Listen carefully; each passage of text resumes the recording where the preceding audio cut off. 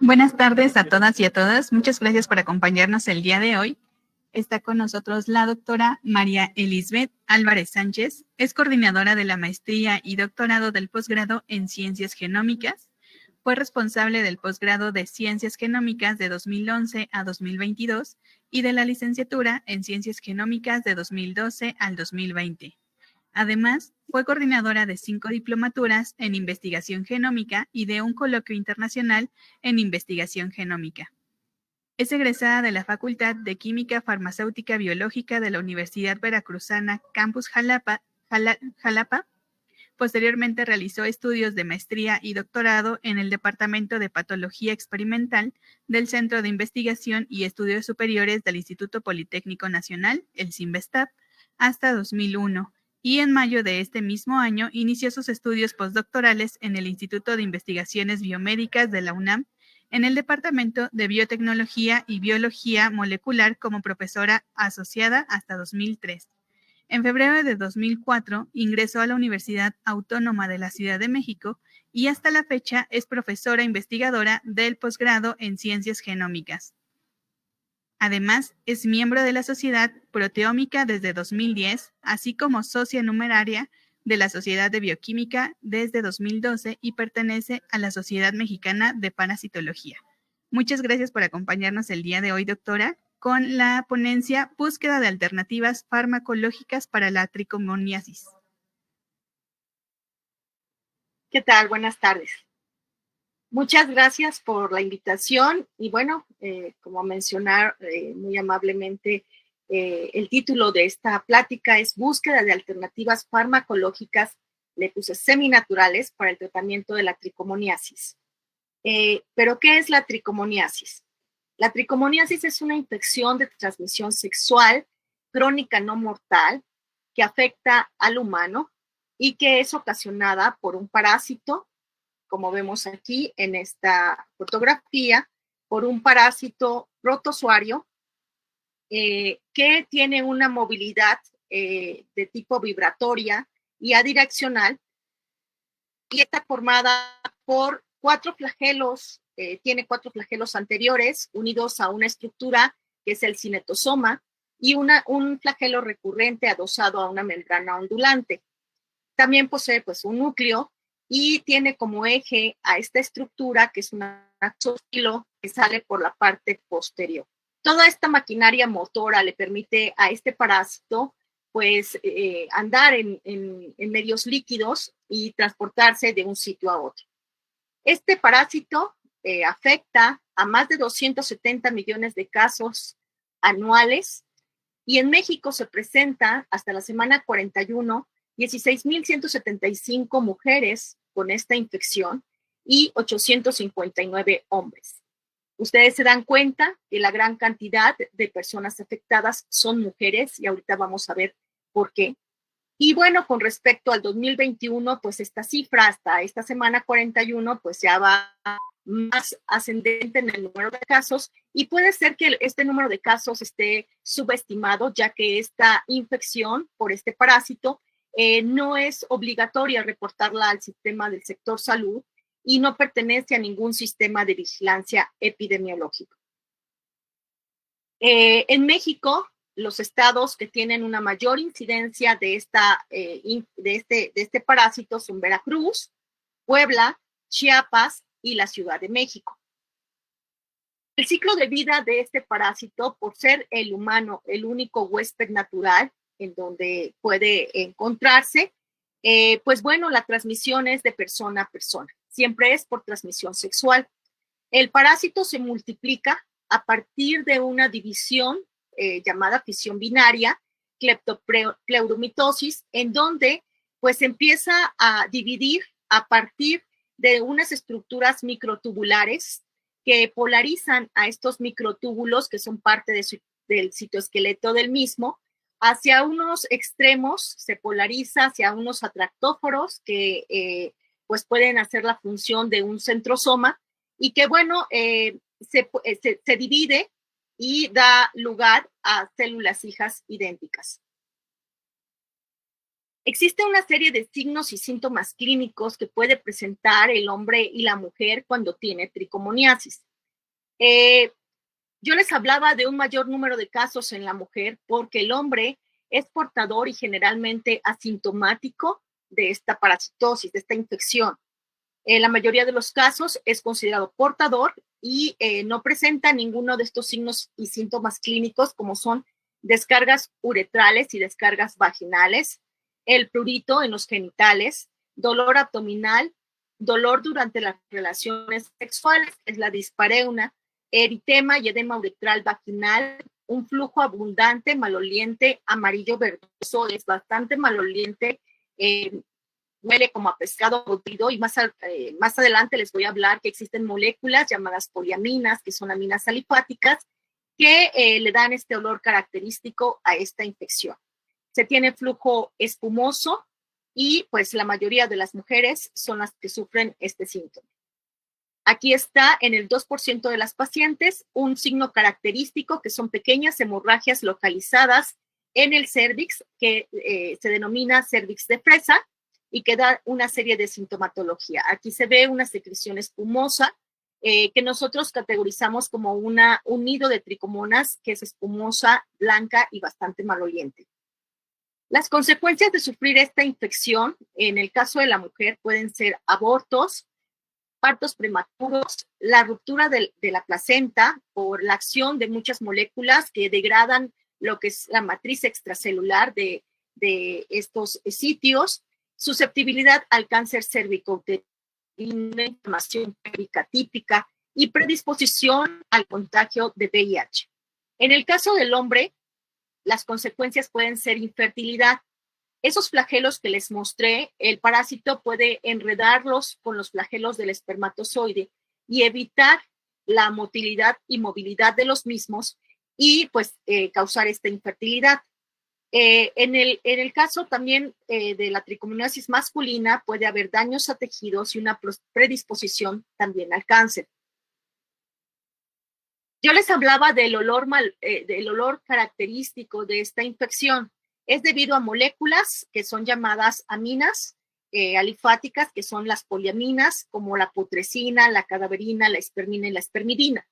Este parásito es un parásito obligado, es decir, que carece de muchos nutrientes que posee también su huésped, es decir, células, a partir de ellas puede obtener colesterol, es altamente fagocítico, se alimenta de bacterias, también puede ingerir algunos virus y requiere de estos para completar muchos de sus vías metabólicas, para poder reproducirse, para poder multiplicarse. En el caso de estas poliaminas, pues el parásito tiene un sistema de mandar hacia el exterior algunas putresinas e importar algunas esperminas para completar estas vías metabólicas importantes que se ha visto que participan de manera relevante en la estabilidad de estas moléculas de los RNAs mensajeros que son importantes para su codificación a proteínas que participan en las propiedades patogénicas del parásito. Este es el parásito que tiene dos formas, es pleomórfico, una forma ovoide, una forma esférica, cuando se encuentra en deprivación de algunos de los nutrientes, y esta forma ovoide se encuentra en los medios líquidos, en la orina, y una forma ameboide que se encuentra cuando se une a la superficie de células epiteliales, como vemos representadas aquí, que es la parte en rojo, en donde el parásito interacciona con esta célula y logra esa transformación morfológica.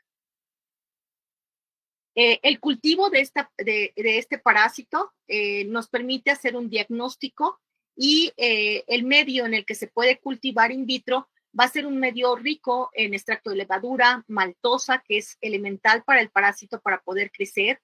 Requiere de suero, requiere de la adición de vitaminas, de la vitamina B12, por ejemplo, y el cultivo in vitro pues va a ser el estándar de oro para poder hacer el diagnóstico del parásito.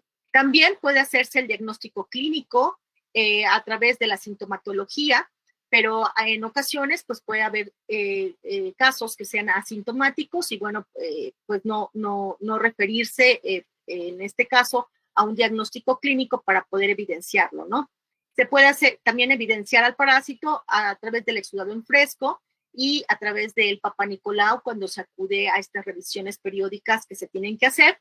Y también podemos identificar, dependiendo de la habilidad del microscopista, pues al parásito, ¿no? En el exudado en fresco, pues depende que este parásito esté móvil para poder visualizarlo, ¿no? También el diagnóstico a través de anticuerpos dirigidos contra moléculas que estén muy conservadas en el mismo, puede ser un diagnóstico promisorio, así como la reacción en cadena de la polimerasa para amplificar ciertos transcritos de genes que posee este parásito que son altamente conservados y constitutivos. El parásito presenta un genoma bastante grande, es decir, la cantidad de genes que contiene este organismo, que están contenidos en 6 cromosomas, pues es bastante grande. Aquí posee genes que codifican para proteínas, que incluso son homólogas en otros organismos, es decir, que son muy parecidas en otros organismos, que pueden ser el caso de algún otro parásito, como Giardia duodenalis o algunos virus. Y esto lo hace porque, bueno, pues a través de la fagocitosis ingiere estas bacterias, estos virus, y incorpora a su genoma algunos de estos genes que después de la división, lo que sucede es que al incorporarlo, pues ya lo mantiene dentro del genoma, ¿no? Posee una gran cantidad de genes que codifican para proteínas, que son llamadas proteasas, 446 genes que codifican para estas proteínas, y la más abundante son proteasas del tipo cisteinproteinasas y metaloproteasas. Estas proteasas participan en la colonización de este parásito y el mantenimiento de la infección, ¿no? Depende de muchas propiedades de virulencia, como son pues la adhesión hacia la mucosa del epitelio vaginal, en donde participan muchas de estas moléculas, en la fagocitosis para englobar a estos virus, a estas bacterias y poder obtener algunos de estos nutrientes. En la inducción de la apoptosis también participan algunas proteasas, en la evasión de la respuesta inmune para evadir algunas inmunoglobulinas que pueden destruirlo, y en el daño a las células también participan, y de manera importante hago notar a una metaloproteinasa de 50 kilodaltones, que es el peso molecular que tiene esta metaloproteasa. El tratamiento que se da cuando se tiene esta infección es metronidazol o los derivados del nitroimidazol. El tratamiento son 250 miligramos 3 veces al día por 7 días o una dosis única de 2 gramos, pero es importante que este tratamiento lo tome la pareja. La mujer, al tomarlo y no administrarlo a la pareja, pues puede volver a reinfectarse, tantas veces esté en contacto con este parásito. Entonces, lo adecuado es que sea administrado a la pareja para terminar con este parásito. El parásito pues puede tener mecanismos de resistencia al metronidazol. En general, este fármaco, el metronidazol, entra al parásito por difusión pasiva y está en forma inactiva y se activa en un organelo llamado hidrogenosoma, que recibe su nombre debido a que aquí se da la producción de ATP y la generación de hidrógeno. ¿Cómo hace la activación de este metronidazol el parásito? Lo lleva a cabo a través de unas enzimas, que es la piruvato ferredoxino oxidorreductasa, que hace la descarboxilación oxidativa del piruvato, que es un producto intermediario de la glicólisis de este parásito. Esta piruvato ferredoxino oxidorreductasa pues genera electrones, ¿ok? Durante pues la fosforilación. Estos electrones son transportados por esta enzima, la ferredoxina, que produce hidrógeno molecular. Y cuando entra el metronidazol, pues este metronidazol y esta ferredoxina compiten por los electrones y el grupo nitro compite por estos electrones, y de esta manera se activa el fármaco. Este grupo nitro se une a las adeninas y a las timinas del DNA de doble cadena o de cadena sencilla y ocasiona un daño. Entonces, el parásito, cuando presenta una resistencia a este fármaco, pues puede tener esta resistencia anaeróbica debido a alguna mutación que se tenga o una disminución en estas enzimas, la piruvato-ferredoxina oxidorreductasa o la ferredoxina, que son las que llevan a la activación de este metronidazol, o puede haber una resistencia aeróbica, que el oxígeno haga una reoxidación de los grupos de los radicales aniónicos y que de esta manera pues el fármaco se vuelva a inactivar y no cause daño en el parásito.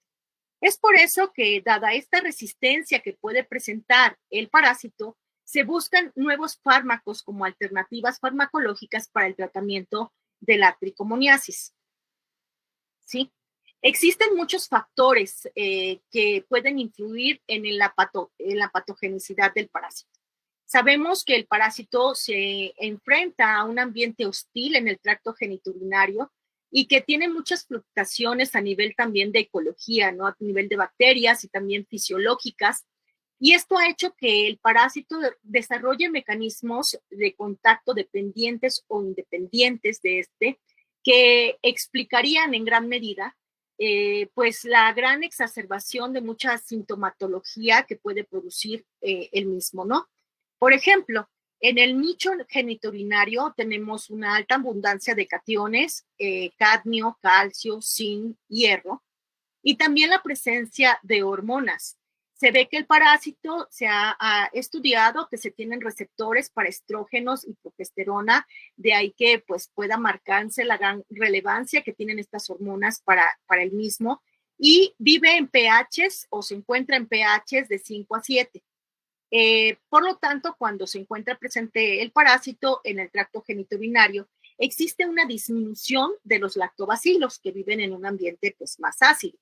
Existe también las poliaminas de las que les hablé, que están regulando cierta estabilización de los mensajeros que son responsables para que se tengan ciertas propiedades de virulencia y que participen muchos de estos factores, que son las proteínas que de alguna manera les he mencionado.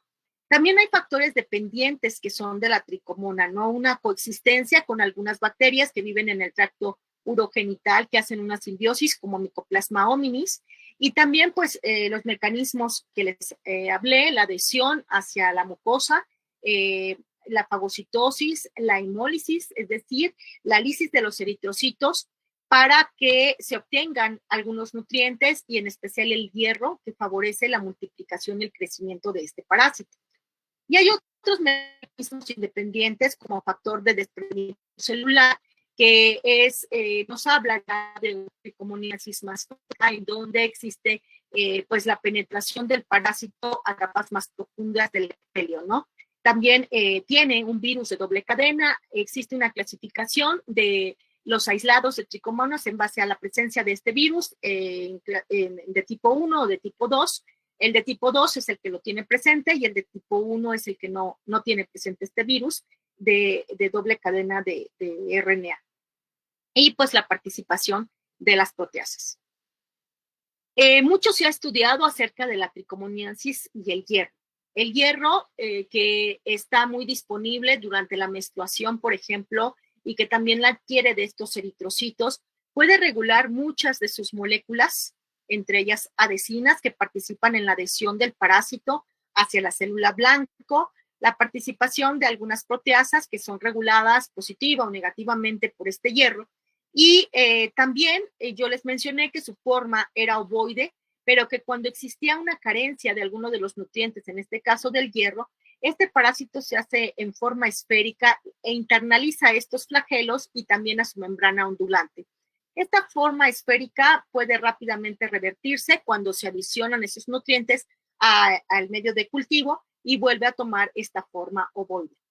También el proteoma, es decir, el contenido de proteínas que va a tener este organismo, que puede ser analizado por una electroforesis bidimensional a través de proteómica clásica, pues bueno, se observa que en ausencia, como es este gel, y en presencia del catión de hierro, existe una variación en el número de proteínas que podemos ver aquí como unas pequeñas manchitas o spots que nos revelan las proteínas que tiene este parásito. Pero bueno, esto es lo que sucede cuando el parásito se encuentra en un ambiente como el tracto urogenital femenino que se enfrenta a condiciones de hierro. ¿Qué sucede durante la tricomoniasis masculina? ¿Cuáles son los metales que puede encontrar en este tracto urogenital masculino? Pues bueno, este tiene la presencia de varios cationes o metales esenciales y no esenciales como el magnesio, el zinc, el cobre, el manganeso y el hierro. Y también puede encontrarse plomo, mercurio y cadmio en este plasma seminal. Algunos de ellos pueden autolimitar a la infección, como es el caso del zinc, y que les voy a estar hablando en este microambiente, que es lo que sucede con el parásito. El zinc es importante porque cumple funciones como cofactor en la síntesis de testosterona y participa en la motilidad de los espermatozoides. Las concentraciones normales de zinc son de 4.5 a 7 milimolar. Concentraciones más bajas en fluidos prostáticos no pueden autolimitar la infección por tricomonas y entonces el hombre padece la sintomatología y pues por lo tanto que el parásito se puede implantar en este tracto urogenital. La deficiencia de zinc en general provoca retardo en el crecimiento, susceptibilidad por lo tanto a las infecciones, hipogonadismo y hipertrofia testicular. Se ha observado que concentraciones mínimas tricomonicidas de zinc están en 1.6 milimolar y estos experimentos fueron hechos con fluidos prostáticos de perros, en donde observaban que el parásito a estas concentraciones disminuía su crecimiento. En el laboratorio nos interesó demostrar o ver cómo era el crecimiento de este parásito a diferentes concentraciones de zinc. Entonces se pusieron a crecer parásitos en 1.6 milimolar, aquella concentración que se había encontrado en los fluidos prostáticos de perro, contra condiciones de ausencia, que vamos a llamar control, y condiciones más bajas de 1.3. Lo que se encontró es que en condiciones de 1.6 el parásito se multiplica o se tiene una cantidad de hasta 1.5 veces más, nada más se divide 1.5 veces durante las 24 horas que se monitoreó. En condiciones control o cultivo normal, en donde no existe el zinc, pues tiene hasta 4 duplicaciones en estas 24 horas. Entonces el zinc redujo este crecimiento del parásito. También yo les mencioné que cuando se une a las células del epitelio vaginal, pues sufre una transformación morfológica. En el caso del modelo que tenemos con células prostáticas, obviamente, bueno, son células tumorales llamadas DU145. Este parásito no sufre esa transformación morfológica que se da en las células del epitelio vaginal y se permanece en forma ovoide e incluso sus flagelos hacen contacto con otras tricomonas, incluso de menor tamaño. Hacen como unos racimos de tricomonas sobre las células de tipo prostáticas. Entonces, desde ahí empezamos a encontrar diferencias y este estudio se continuó con la finalidad de poder explicar por qué se tiene una menor sintomatología, qué es lo que sucede en el tracto urogenital del hombre. También se midieron propiedades de virulencia, como es la adhesión, y se observó que los parásitos crecidos en 1.6 milimolar de zinc disminuían la adhesión a estas células y que al compararlas con células de cervix, que es un modelo que tenemos que son células Gila, comparándolas a estas células de U145, pues se observa que la citotoxicidad, que es el daño que ocasiona este parásito a las células blanco, pues se ve reducido en presencia de 1.6 milimolar de zinc comparado con el daño que pueden ocasionar ya a unas células de cervix, que sería el modelo que tenemos del tracto urogenital femenino, ¿no? Entonces aquí vemos más daño a estas células y aquí vemos un menor daño en concentraciones de 1.6, pero que además este daño pues requería de mayor tiempo si lo poníamos en concentraciones de zinc, que son estas barras, comparado al tiempo que se tardan para destruir a estas monocapas de células de cervix, que son las células Gila, pues tenemos que la cantidad es menor de citotoxicidad. También el proteoma, comparando la condición sin zinc y con zinc, pues vemos que tienen proteínas diferenciales en cantidad, abundancia de estas proteínas. Cuando utilizamos un suero de un paciente con tricomoniasis, más fino, en este aislado que tenemos en el laboratorio y que fue donado gentilmente por la doctora Rosana de Simvestab, observamos que el suero inmunodetecta, como le llamamos, cuando un anticuerpo reconoce alguna proteína. Si hacemos este gel en doble dimensión y lo transferimos a una membranita por electroforesis, para hacer un Western blot, encontramos que el suero reconoce a muchas de las proteínas que pueden servir para detectar esta parasitosis. Pero encontramos de manera interesante a un spot, que lo voy a amplificar en esta, que es muy reconocido.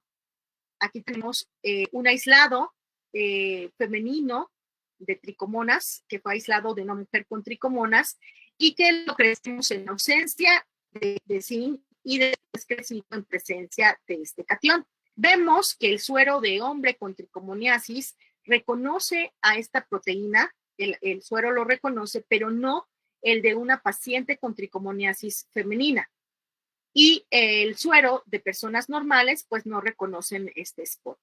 Pero si utilizamos el aislado masculino y lo crecemos en ausencia y en presencia de zinc, vemos que desde un inicio este spot se encuentra presente, a diferencia de este otro, y que lo podemos ver claramente en estos gráficos tomados por el software Melanie, en donde observamos que el suero de paciente con tricomonasis masculina reconoce a este spot en condición sin zinc y que tenemos un reconocimiento mayor con este suero en condición de zinc.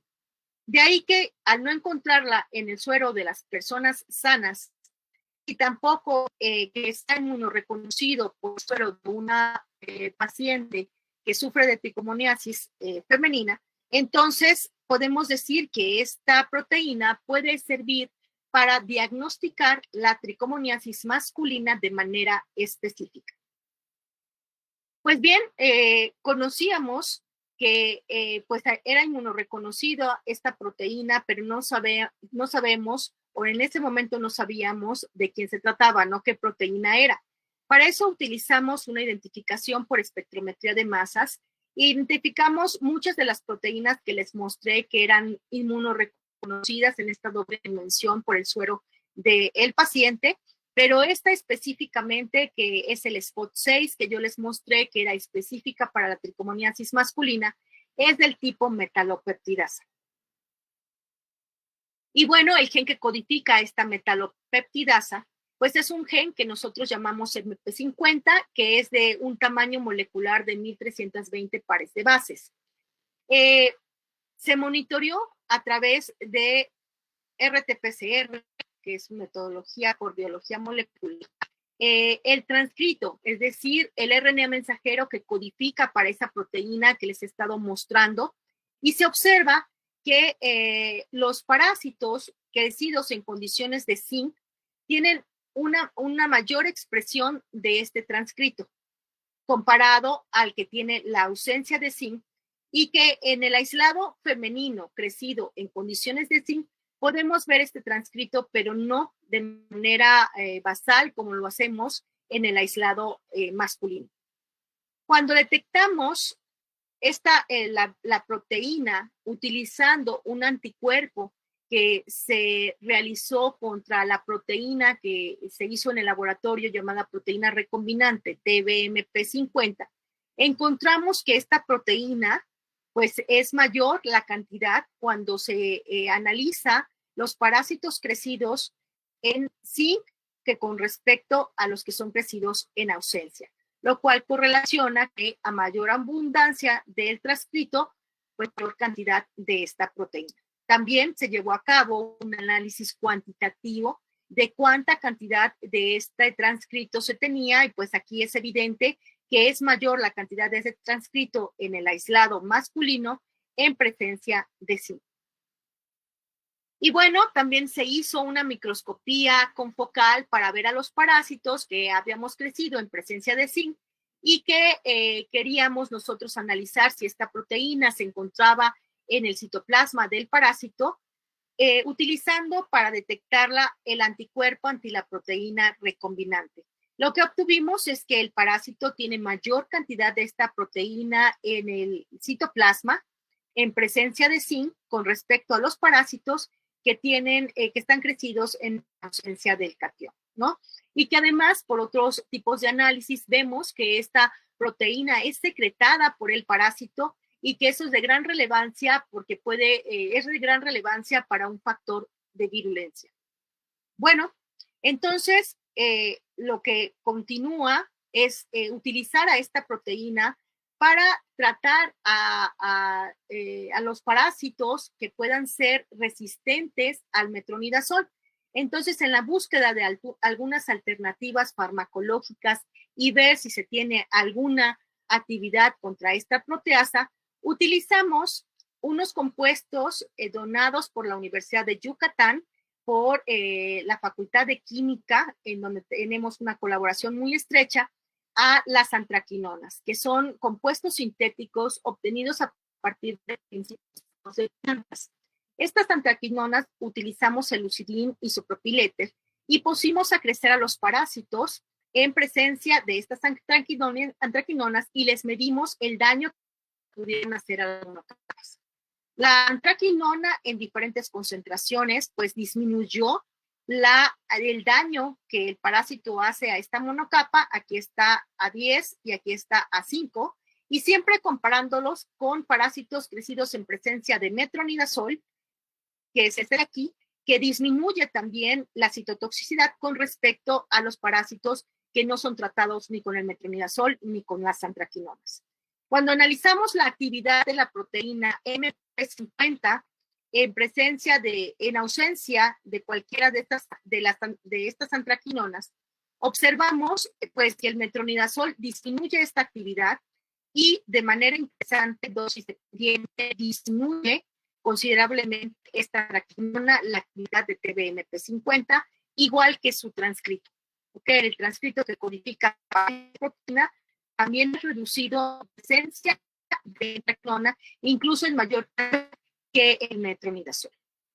También utilizamos tiazol, también donado por la Universidad de Yucatán, que vamos a llamar ATZ1 y ATZ2, que son compuestos sintéticos, y medimos o vimos a los parásitos su crecimiento en presencia de estos tiazoles, donde ves una reducción del crecimiento, pero no lo hacen tan drásticamente como cuando se trata con las antraquinonas, ¿no? Este es el crecimiento en metronidazol con respecto al crecimiento normal en ausencia de estos, y vemos que se reduce, pero no es tan notable como lo hace como reduce el parásito. También vimos que disminuida en la de 1 de estados con la eliminación, pero entre las dos es la de Z1. Se ve el efecto sobre la proteasa 1, disminuye la actividad de esta proteasa que encontramos en ausencia de crecimiento de este tiazol, comparado con el metronidazol, pues más o menos es parecida a esta disminución, y un poco menos lo hace ATZ2. El transcrito también se observa con estos compuestos que disminuye considerablemente más con ATZ1 que con respecto a ATZ2. De ahí que estas moléculas puedan ser propuestas como posibles alternativas al tratamiento de la tricomoniasis y que puedan ser muy bueno cuando se presenta una resistencia al metronidazol. Podemos optar por estas moléculas. Sin embargo, pues es importante seguir la búsqueda, y también parte de esto es utilizar a estas antraquinonas y a estos tiazoles y analizarlos a través de quimioinformática.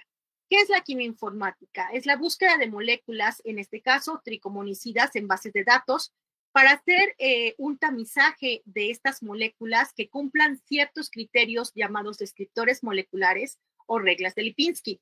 Se hace un filtrado de estas moléculas y después proponemos que se fragmenten para después hacer interacción a través de metodologías como el docking molecular y hacer la reconstrucción de nuevas entidades moleculares para obtener quimeras, es decir, moléculas monstruo o moléculas como si fueran alebrijes, compuestas unas de una parte de, por ejemplo, de tiazoles y otra parte de antraquinonas o antraquinonas conjugadas con metronidazol, y obtener librerías de estas quimeras que puedan ser útiles para el tratamiento de esta tricomoniasis. Entonces, les voy a mostrar cómo se realiza esta construcción de estas librerías de posibles moléculas partiendo de las que nosotros tenemos experimentales y a través también de otras que han sido propuestas en artículos. De estos artículos y vemos quiénes cumplen de estas moléculas con los descriptores moleculares y analizamos por varios programas bioinformáticos estas moléculas para construirlas, para fragmentarlas y obtener una librería química inicial. Tenemos una tabla inicial de compuestos que, como ustedes observan, aquí están un quiazol, por acá el isopropiléter, y a todas les medimos descriptores moleculares, es decir, aceptores de hidrógenos, donadores de hidrógenos, que les medimos parámetros de su solubilidad o su peso molecular. Y aquí, por ejemplo, en el caso de pues el lucidin isopropiléter, pues está menor a un rango de 5, es lo ideal para poder pasar, por decir algo, este descriptor molecular y ser factible que pueda continuar con el análisis. Igual que, por ejemplo, ATZ1 y ATZ2 también que cumplen en general las tres moléculas que nosotros analizamos experimentalmente cumplen con estos descriptores moleculares. Llegamos a una librería química inicial en donde se encuentran las que tenemos experimentalmente, además del metronidazol, además de otras moléculas químicas que aprobaron estas reglas de Lipinski y con estas hicimos un docking molecular, una interacción con la molécula que estoy hablando, MP50, y se midieron parámetros como su afinidad, como el delta G, que tenemos que entre más negativo sea, pues más afín, es más factible que se dé esa interacción. Tenemos la interacción con el metronidazol, que es menos 15, y con la antraquinona y lucidin isopropiléter tenemos un delta G de menos 16, lo cual lo hace una molécula prometedora. En general, pues a todas les medimos el parámetro de delta G, incluyendo ATZ1 y ATZ2, que como ven, pues tiene mayor delta G, por lo tanto, pues nuestra molécula de elección es la lucidin isopropiléter para ser más prometedora, ¿no? Esta es la estructura de la librería de todas las moléculas y luego lo que hicimos es una fragmentación para poder unir algunos pedazos de una con respecto a otras y poder hacer esta quimera. Hicimos fragmentación de varias de las moléculas, también incluyendo a la antraquinona y al ATZ1, ATZ2 y al metronidazol, y encontramos 19 construcciones quiméricas, de las cuales pues es muy prometedora el lucidin isopropil éter, que puede hacer interacción con TBMP50. Hicimos el acoplamiento de estas quimeras y vimos el delta G. Entonces, la quimera hemodin lucidil isopropiléter tiene un delta G de menos 17, comparado a algunas otras quimeras que nosotros obtuvimos, como el de ATZ1 con el metronidazol, o el de otra quimera que pueda ser el de lucidin con quercetina o algunas otras, ¿no? Entonces, nuestra quimera que cumple con parámetros, que cumple con la interacción con TBMP50, es la hemodin lucidin isopropiléter, que interacciona con TBMP50, que es esta molécula que les hablé que puede servir para diagnóstico específico de la tricomoniasis masculina, con un delta G de menos 17. Y así tenemos una librería química final especializada contra tricomonas vaginalis, que puede ser este compuesto que sea sintetizado químicamente y que posteriormente sea probado nuevamente con contra algunas de las propiedades de virulencia y que pueda ser esta alternativa farmacológica que estamos buscando. A esta quimera también se le hizo la prueba toxicológica comparándolo con la toxicología del metronidazol y lo que se obtuvo es que es pues menos irritante comparado al metronidazol y que tiene un menor efecto, más irritante que el metronidazol, pero que presenta un menor efecto de tipo que afecte en la acción reproductiva comparado al metronidazol que tiene este efecto toxicológico. Entonces, pues la prueba toxicológica resulta también bastante prometedora, ¿no? Y bueno, con todo esto, mis conclusiones es que con todo este trabajo hemos encontrado a TBMP50, que es una metaloproteinasa específica para el diagnóstico de la tricomoniasis masculina, que el zinc estamos viendo que regula positivamente al transcrito que codifica para esta proteína, que MP50 es un factor de virulencia que es secretado por este parásito y que hemos encontrado que la antraquinona lucidilisopropil presenta un valor de delta G menor al del metronidazol en el acoplamiento con la proteína MP50, la quimera que se construyó a partir de toda esta fragmentación que se estuvo haciendo, pues presentó el mejor acoplamiento. Y lo que nos resta es continuar con este proyecto para poder hacer la síntesis de este compuesto y poder probarlo en algunos aislados y saber si esta es nuestra alternativa farmacológica a partir de pues de estos compuestos seminaturales para el tratamiento de esta tricomoniasis, ¿no? Y pues bueno, la tricomoniasis puede ser prevenida a través del uso de preservativo cuando se mantienen las relaciones sexuales, lo que va notablemente a reducir el riesgo de contraerla o en su defecto, pues evitarlas para no contagiarse con esta infección. Estos son parte de los artículos en donde ustedes pueden encontrar de alguna manera, de forma escalonada, cada uno de los hallazgos que hemos tenido en la búsqueda de estas alternativas farmacológicas para el tratamiento de la tricomoniasis. Y pues me resta nada más agradecerles por su atención y presentarles a todos mis chicos, todos los chicos que integran a mi grupo de laboratorio, que han contribuido en cada una de las partes que hemos llevado a cabo para poder encontrar hasta el momento esta quimera que puede ser una alternativa farmacológica. Muchas gracias. Muchas gracias, doctora. Tenemos muchas felicitaciones en el chat y no tenemos preguntas por ahora. Sin embargo, le agradecemos muchísimo que nos haya presentado su trabajo. También quiero invitar a las personas que nos están escuchando al viernes de Tecnociencia, en donde hablaremos sobre la importancia de las serpientes. No sé si haya algo más que quiera agregar, doctora, y la invitaría a que se dé una vueltecita más tarde al Facebook para que vea todas las felicitaciones que tiene. Muchas gracias. Pues no, nada más esta es mi dirección para todos aquellos que les interese esta línea de investigación, esta o algunas otras que desarrollamos allá en el posgrado en Ciencias Genómicas de la Universidad Autónoma de la Ciudad de México, en el plantel del Valle. Muchísimas gracias a todas y a todos por habernos acompañado el día de hoy.